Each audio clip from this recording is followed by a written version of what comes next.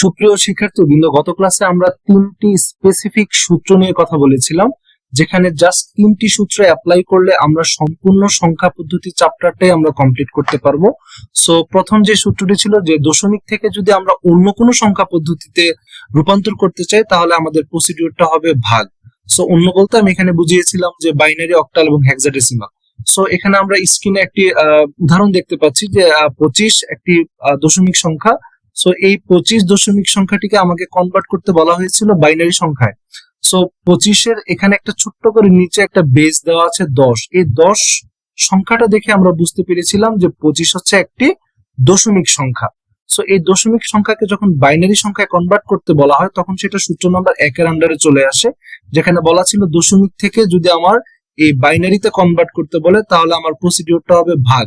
So সেখানে আমরা দেখতে পাচ্ছি যে দশমিক একটি সংখ্যাকে যদি বাইনারি ভ্যালু বের করতে বলে তাহলে আমার প্রসিডিউরটা ছিল ভাগের, যেখানে আমি কন্টিনিউয়াসলি 25-কে 2 দিয়ে ভাগ করে গিয়েছি এবং যে ভাগশেষগুলো পেয়েছিলাম সেই ভাগশেষগুলো নিচ থেকে যদি উপরের দিকে আমরা সাজাই তাহলে আমরা আমাদের কাঙ্ক্ষিত অ্যান্সারটি পেয়ে গিয়েছিলাম। সো আমরা অলরেডি জানি যে আমাদের প্রত্যেকটা নাম্বার সিস্টেমের বেস কত। যেমন বাইনারি বেস হচ্ছে আমরা জানি 2, অক্টালের 8, ডেসিমাল বা দশমিকের বাইনারি ডেসিমাল বা দশমিকের বেস হচ্ছে 10 এবং হেক্সাডেসিমাল 16। হেক্সাডেসিমাল সম্পর্কে আমরা বলেছিলাম 0 থেকে 9, এখানে আমাদের ভ্যালু আছে 10টি এবং এ 10-এর পরিবর্তে হচ্ছে আমরা এ, 11-এর পরিবর্তে বি, এভাবে আমরা 15-এর পরিবর্তে এফ।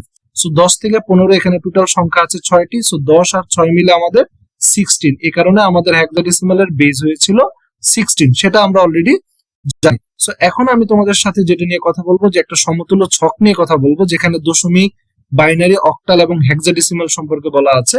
সো হরহামেশাই বলা হয় যে অ্যাটলিস্ট প্রত্যেকটা দশমিক সংখ্যার ইকুইভ্যালেন্ট বাইনারি ভ্যালু মুখস্থ করতে বলা হয়ে থাকে। কেন বলা হয়ে থাকে? কারণ আমরা যখন ম্যাথমেটিক্যাল কনভার্সন গুলো যখন আমরা করবো তখন এই হরহামেশাই আমাদের এই দশমিক নাম্বার গুলোকে বারবার বাইনারিতে কনভার্ট করার প্রয়োজন পড়বে।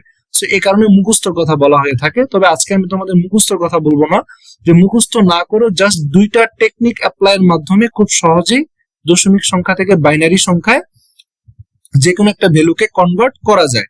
যেমন আমরা এখানে সাপোজ আমি যদি 9 নিয়ে কথা বলি, সাপোজ আমরা এখানে দেখতে পাচ্ছি একটা দশমিক সংখ্যা 9, 9-এর ইকুইভ্যালেন্ট বাইনারি সংখ্যা 1001। এটা কিভাবে বের করা যায়? সাপোজ আমি যদি এখন বলি যে আমার 9-এর বাইনারি ভ্যালু বের করতে হবে, এটার জন্য দুইটা টেকনিক আছে। একটা টেকনিক হচ্ছে আমি তোমাদেরকে স্থানাঙ্ক মান ব্যবহার করে, সাপোজ 2-এর উপরে যদি স্থানাঙ্ক মান যদি 0 হয়, 1 হয়, 2 হয়, 3 হয়, 4 হয়, এভাবে কন্টিনিউয়াসলি স্থানাঙ্ক মানগুলো বসিয়ে আমরা খুব সহজেই বাইনারি ভ্যালু বের করতে পারি। দেখো 2 টু দি পাওয়ার 0 এর মান হচ্ছে আমার এখানে 2 টু দি পাওয়ার 0 এর মান হচ্ছে 1, 2 টু দি পাওয়ার 1 এর মান হচ্ছে 2, 2 টু দি পাওয়ার 2 এর মান হচ্ছে 4। এভাবে স্থানীয় মানগুলো যদি বসাই 2 টু দি পাওয়ার 3 মানে 8, 2 to the power 4 means 16। So আমি যদি এখন 9-এর বাইনারি ভ্যালু যদি আমি বের করতে চাই, সেই ক্ষেত্রে আমাকে জাস্ট এখানকার যে ভ্যালুগুলো আছে এই ভ্যালুগুলো যোগ করে আমরা দেখব কিভাবে সেটা 9 হয়। সো এটা বের করা খুবই সহজ। আমরা এখানে দেখবো যে সবচেয়ে বড় কোনটা। দেখো 9-এর বড় কিন্তু 16, তার মানে আমার 9-এর বাইনারি ভ্যালু যদি আমরা বের করতে চাই সেক্ষেত্রে আমার কি 16 প্রয়োজন আছে? 16 কিন্তু আমার প্রয়োজন নাই। তার মানে 9-এর ছোট হচ্ছে কত? 8। তার মানে আমার 9 হওয়ার জন্য আমার 8 প্রয়োজন। সো 8-এর বরাবর আমি একটা 1 দিলাম যে আমার 8 লাগছে। সো 9 থেকে যদি আমরা 8 বিয়োগ দিই তাহলে আমার বাকি থাকে 1। আমার 9 হওয়ার জন্য আর মাত্র 1 প্রয়োজন। আমরা দেখতে পাচ্ছি আমার এখানে একটা 1 আছে। সো এই বরাবর আমি এখানে একটা 1 দিলাম। এখন দেখি আমার 4ও প্রয়োজন হয়নি, 2ও প্রয়োজন হয়নি। সো যেগুলো প্রয়োজন হয়নি সেগুলো আমি ইকুইভ্যালেন্ট এখানে কি দিচ্ছি? 0 দিচ্ছি। তাহলে আমি 9-এর বাইনারি ভ্যালু পেয়ে গেলাম 1001। সো আমরা দেখতে পাচ্ছি 9-এর বাইনারি ভ্যালু 1001। সো আমরা দেখলাম যে আসলে কিভাবে খুব সহজেই যে কোনো সংখ্যার বাইনারি ভ্যালু আমরা এইভাবে বের করতে পারি। সো এখন যদি আমার যেহেতু 16 পর্যন্ত আছে, 16-এর উপরে যদি কোনো বড় কোনো সংখ্যাকে যদি কনভার্ট করতে বলা হয় তাহলে সেটা আমরা কিভাবে করতে পারি? সো আমরা এখন দেখি একটা বড় একটা সংখ্যা নিচে একটা সাপোজ আমি একটা নাম্বার নিব এখন 30, 30-এর বাইনারি ভ্যালু আমরা কিভাবে বের করতে পারি সেটা আমরা দেখবো এখন। সো দেখলাম এখানে আমার ভ্যালু আছে 30, 30-এর বাইনারি ভ্যালু বের করার জন্য স্থানাঙ্ক মান প্রথমে 1, 2, 4, 8, then 16, 16 to the power 32, 30 to the power 64. So এই 30 বা আমি এটা ইংলিশে লিখে নিলাম 30 বের করার জন্য কি আমার 64 প্রয়োজন আছে? 64 প্রয়োজন নাই।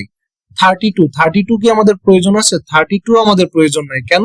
32 30 থেকে বড়। সো আমরা এই দুটো আমরা আগে বাদ দিয়ে দিচ্ছি। সো 30 বানানোর জন্য আমার ডেফিনেটলি 16 প্রয়োজন আছে। সো 16 বরাবর আমি এখানে নিচে দিয়ে রাখলাম 1, যে আমার 16 প্রয়োজন হচ্ছে। সো 13 থেকে যদি 16 আমরা বিয়োগ দিই তাহলে আমার এখনো কত প্রয়োজন? আমার এখনো 14 প্রয়োজন। সো 14 হওয়ার জন্য আমার এখনো 8 লাগবে। 8 তো আমার লাগবেই। সো আমি এখানে 8 নিলাম। তারপর হচ্ছে 4 লাগতেছে, 4 ও নিলাম।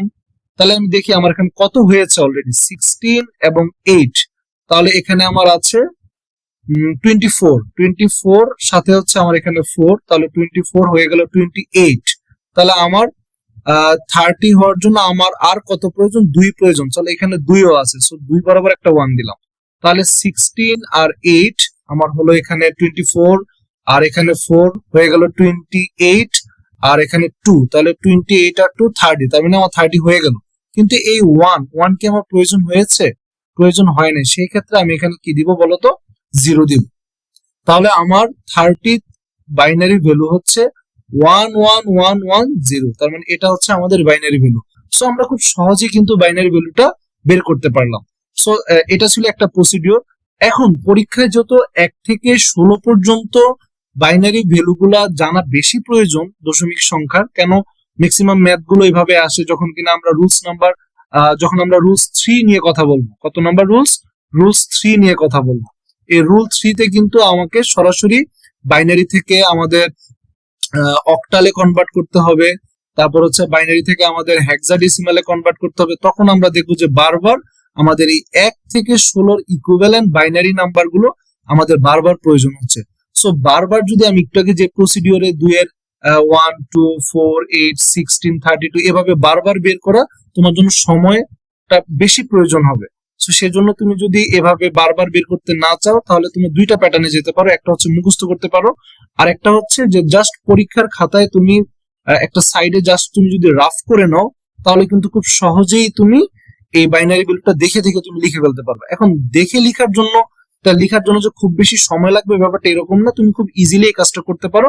ইট will take maximum 25 to 30 seconds to complete the rough, so you can easily do this. So এটা তুমি কিভাবে করতে পারো সেটা আমি তোমাকে দেখাচ্ছি। সাপোজ তুমি আমি যদি এখানে তোমাকে রাফ করে দেখাই, দেখো আমার কতক্ষণ সময় লাগে আমি দেখাচ্ছি। প্রথমে 00011011 00011011 00011011 00011011। তারপরে দেখি এই পাশে আমি 1 1 1 চারটা 1 দিব।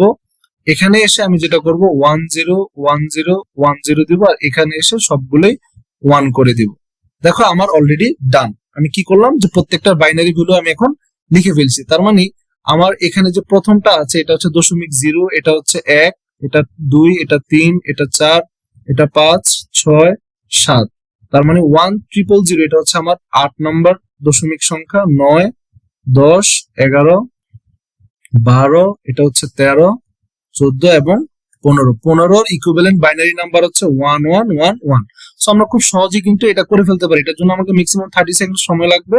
আমি এটা যদি রাফ করতে চাই, তোমরা যদি বারবার প্র্যাকটিস করো সেটা তোমার আরো অনেক বেশি ইজিলি আসবে, মানে তুমি আরো কম সময় সেটা করতে পারবে। সো এখন আমি একটু কনসেপ্টটা বোঝাতে চাচ্ছি।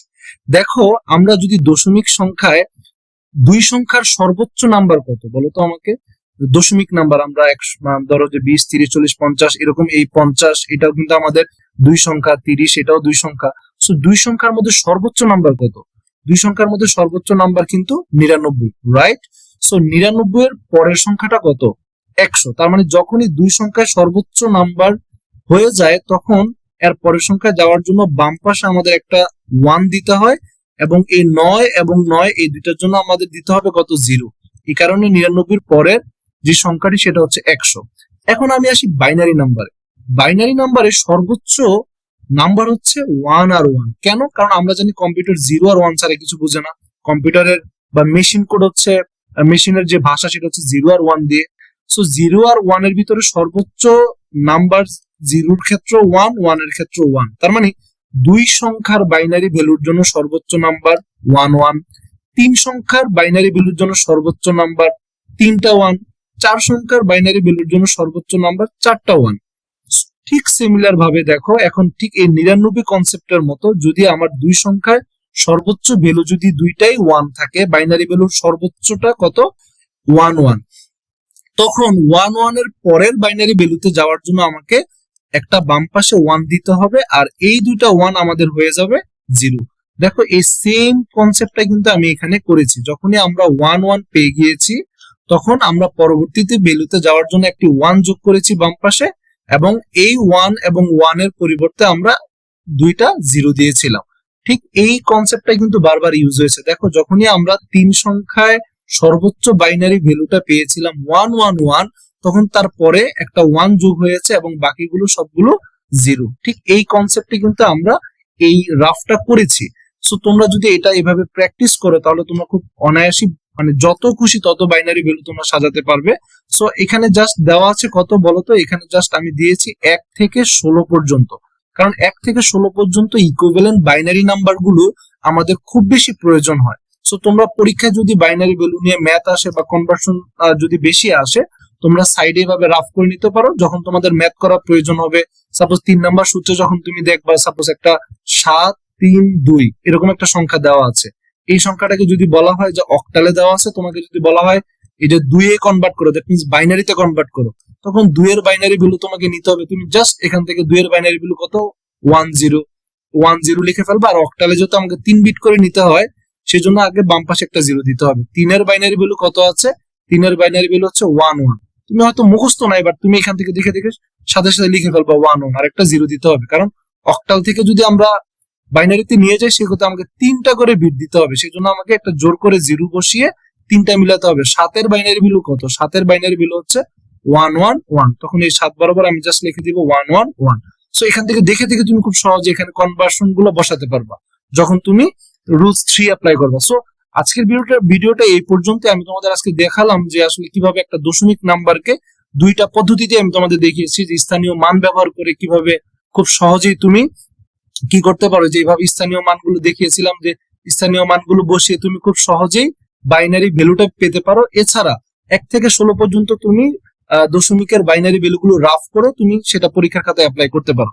সো সুপ্রিয় শিক্ষার্থী কিন্তু আজকের ক্লাসটা এই পর্যন্ত। আমি তোমাদের পরবর্তী ক্লাসে সূত্র নাম্বার 1 এর যে ম্যাথমেটিক্যাল প্রবলেম গুলো আছে সেগুলো হাতে কলমে দেখাবো, এবং যে পরবর্তীতে আমি তোমাদের 3টা সূত্র নিয়ে ধাপে ধাপে প্রত্যেকটা টপিক সম্পর্কে বুঝিয়ে দিব। সো আজকের মতো ক্লাসটা এই পর্যন্তই শেষ। পরবর্তী ক্লাস দেখার আমন্ত্রণ জানিয়ে এখানে বিদায় নিচ্ছি। আসসালামু আলাইকুম।